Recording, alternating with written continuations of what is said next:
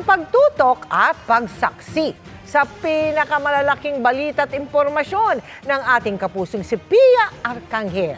Sa muli niyang pagpirma ng kontrata sa GMA Network. Nakatutok si Von Aquino.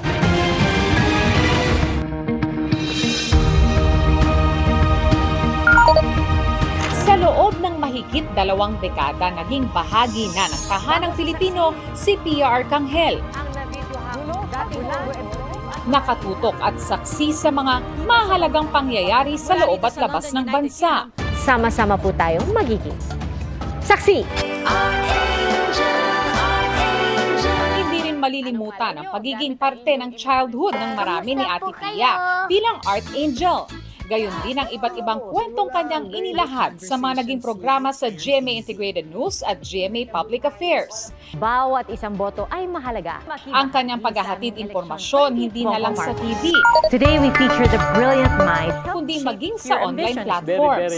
Ngayong araw, muling pumirma ng kontrata si Pia Arcangel sa GMA Network bilang 24 oras weekend at saksi anchor. Pinangunahan niya ni GMA Network President and CEO Gilberto R. Duavit Jr., Senior Vice President and Head for GMA Integrated News, Regional TV and Synergy Oliver Victor B. Amoroso, at Vice President and Deputy Head for News Programs and Specials Division, Michelle S. Seva. Nagpahayag ng kanyang pagbati at pasasalamat sa pamamagitan ng isang video message si GMA Network Chairman Attorney Felipe L. Gozon.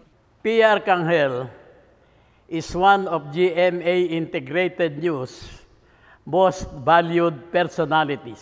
Kaya naman ako at ang buong GMA Network ay nagagalak na nananatili siyang loyal, kapuso for more than 2 decades.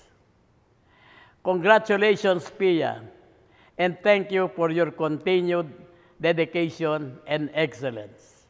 Isa akong tagahanga ni Pia at nagpapasalamat sa pagkakataon, Pia, na pasalamatan ka dahil isa kang ehemplo ng tunay at inaasam-asam na kapuso.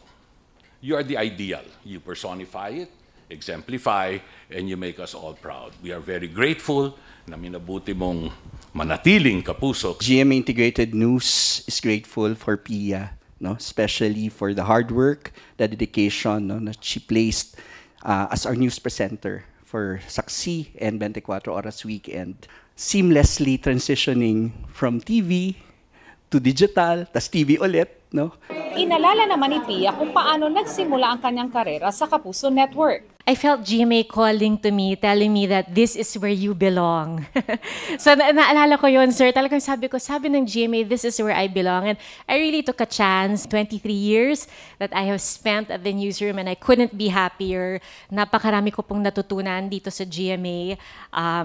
Sabi nga po ng mga teacher ko noon nung nag-aaral pa kami, parang always make sure you go to a workplace where you will be happy. And that I have found here in GMA. Para sa GMA Integrated News, Von Aquino, Nakatutok, 24 Oras.